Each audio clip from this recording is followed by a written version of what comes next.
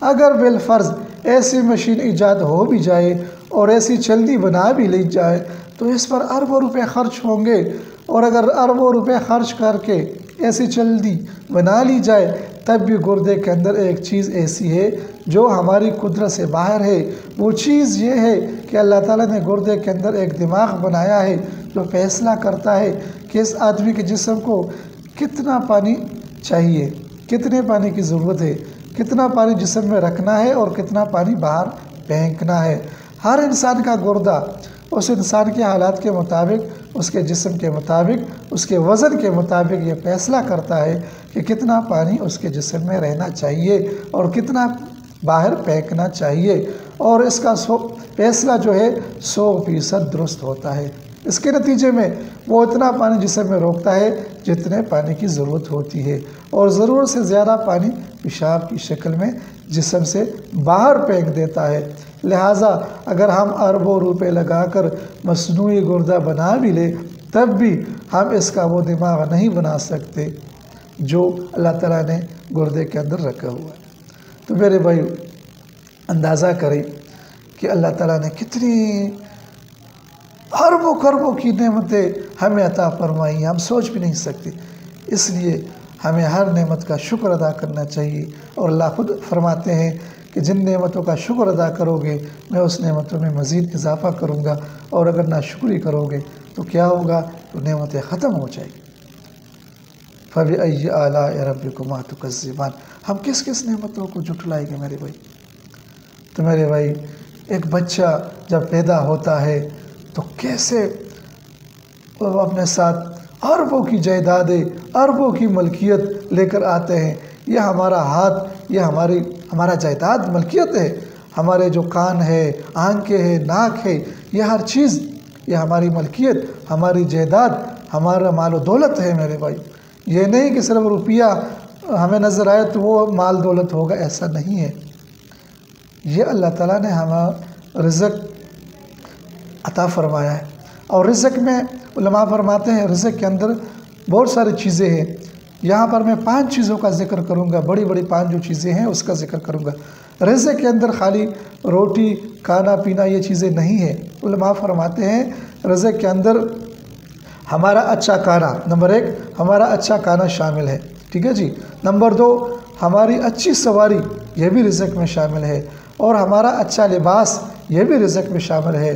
چوتھے نمبر پر ہمارا مکان، یہ بھی رزق میں شامل ہے، اور یہ جو ہمارا کھانا پینا ہے، یہ ساری چیزیں یہ ہمارے رزق میں شامل ہے۔ اور اچھی بیوی، علماء فرماتے ہیں اچھی بیوی یہ بھی رزق میں شامل ہے۔ یہ 5 موٹی موٹی بڑی بڑی چیزیں ہیں جو رزق میں آتی ہے میرے بھائی، تو یہ اللہ تعالیٰ ہم سب کو عطا فرماتے ہیں۔ تو اس لیے ان نعمتوں کا ہم شکر ادا کریں، اور شکر ادا کریں گے تو اللہ تعالیٰ ہماری نعمتوں کو بڑھائیں۔ ہمارا دل 1 منٹ کے اندر 72 مرتبہ جو ہے وہ نبض دھڑکتا ہے، 7000 سے زیادہ لیٹر خون جو ہے وہ صاف کرتا ہے۔ ہمارا دماغ چھوٹا سا اللہ نے دماغ رکھا ہوا ہے، لیکن کیسے جو ہے وہ بڑی بڑی چیزوں کی پلاننگ کرتا ہے۔